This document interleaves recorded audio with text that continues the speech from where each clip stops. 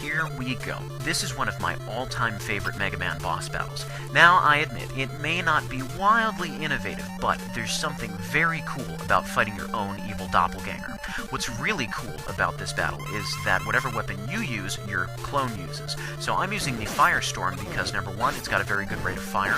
Number two, I've got this flame shield that acts as collision damage against my clone. And number three, when my twin fires off, I can dodge it a little bit easier than most of the other weapons. Your regular blaster doesn't do nearly as much damage to him as he does to you. The Thunder Beam can be a bit tricky to dodge at certain heights. Hyper Bomb is kind of amusing to fight him with, but really not very effective. And Cutman's weapon does only 1 damage and can be tricky to dodge. Iceman's weapon doesn't do anything against him, and Gutsman's weapon without any rocks to throw is a staring contest. There's really not all that much to say about this stage. I mean, it's pretty straightforward, not all that interesting. I mean, after the first couple of screens, it gets kind of boring. Really, nothing all that exciting. Okay, that was exciting, but aside from showing off with the Thunder Beam, after you get past the first couple of screens here, there's not much to the level. So it's just a matter of knowing where the enemies are going to be, a little bit of trial and error, and hitting them with the right weapon. So here in this tunnel, water will push you through, so there's no turning back, and it's just grinding for power-ups as the legions of penguins and flying bombs come at you. So no more Robot Master battles like Cutman and Elecman until the next stage. And I think that is a fabulous feature of the Mega Man series, needing to go fight all of the Robot Masters again in the final stages. Now in Mega Man 2 they changed it up so that you had a single room where you teleported off to each and every one of the bosses just before taking on Dr. Wily. And I think it's a really nice tip of the hat that they did in Mega Man X, where as you're going through the Sigma stages, you have to go back and fight all of the Maverick robots again in the middle of the stages, no teleporting off to them. So, bringing back some old memories of this game. And then they switched to the teleporting hatch layout in Mega Man X2. So, whether you need to fight them in the stages or teleport off to them, I love it either way. And in this game, it's particularly well done. So here's a boss battle that's always given me a little bit of trouble. You have these bubbles that just mosey about the room, and you need to, the best way to do it is take them down with your regular weapon. Now if you've got a turbo controller, this is really easy, and if you can button mash really well, which I can't, it makes it easy as well. So the key is to shoot up the first few, and then after they're dead, as the bubbles start to speed up, pick up the blocks using Gutsman's weapon and chuck it at them, and you can kill them in one hit. So just make sure you don't miss, because any block you've picked up and fired, if you die, they don't respawn, so you need to be very careful to make sure that you hit them. And this is the thing that bugs me about this boss battle. After hitting the final enemy, there's no big kaboom, it's just, boop, they're gone. Anywho, you want to see something really cool? Watch this. Isn't that great? At least, well, I think so, but then again, I'm easily amused. How do you do it, you might ask? Well, I'm not telling you, that's my secret.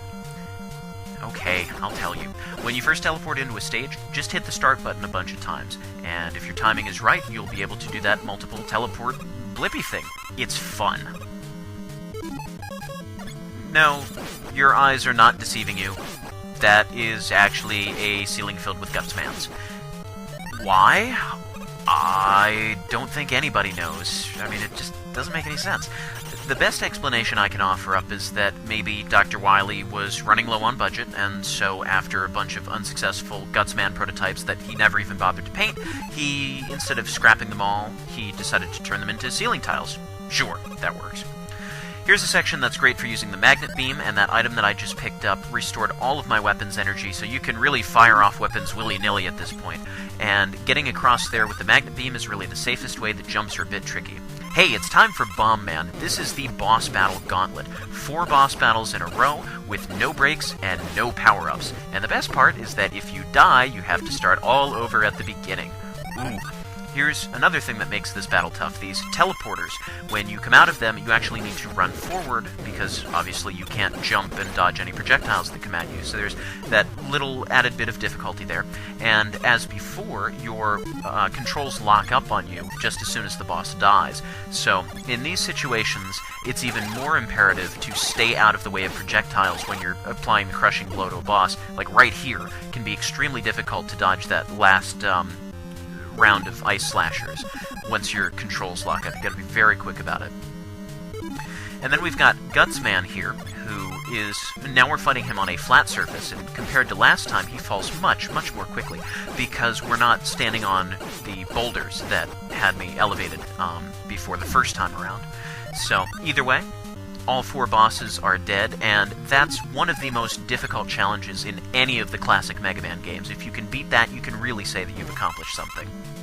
This is a continue point right here, which is great because it's the final boss.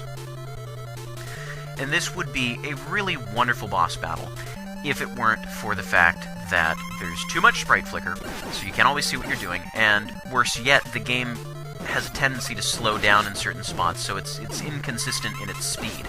Makes it very difficult sometimes to see what's going on and to have any control over what's going on.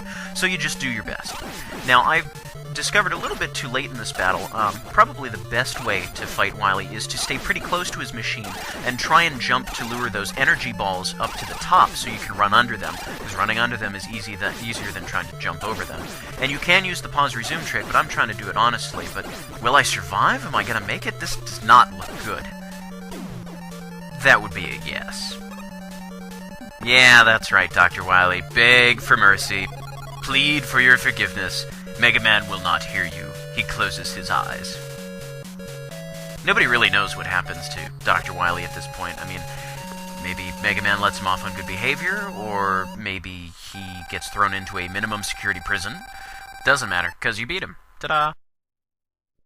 Alright, now it's time for the end credits. Now, normally, just to amuse myself while I'm watching the end credits, I'll read all of the words that appear on the screen, all the names that scroll by, all of the end titles and all of that, but I figure I've probably made enough of a fool of myself as it is, so I'm just going to spare myself the humiliation, going to preserve a modicum of integrity, and just not read "Fight Rockman for everlasting peace" anything aloud, just to make sure that you don't need to suffer any more than you already have.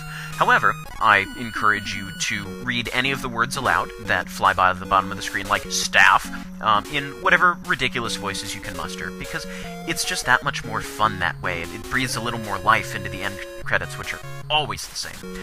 So we've got something that's a little bit different from other NES games of the time. There's actual detail, there's stuff to watch. Granted, it's just Mega Man running, but you've already sat through several minutes of Mega Man running, so, I mean, really, what's a little bit more? And the graphics are kind of pretty. Music's nice, and it's reused in the beginning of Mega Man 2, so there's some more nice continuity there. Now, as for Mega Man's wardrobe right now, I'm not sure that's the change of clothes I'd select after a long, difficult day of battling evil robots and maniacal scientists, but really, you gotta do what's comfortable. And, more power to him. He's rocking the Astro Boy look. So, Mega Man here is on the home stretch, and we're just about there to Dr. Light's laboratory, where Roll and Dr. Light are standing out there waiting for him to come home, letting their TV dinners go cold. My name is Nathaniel Hoover. This has been the original Mega Man. Thank you for joining me, and remember what we say: don't get eliminated!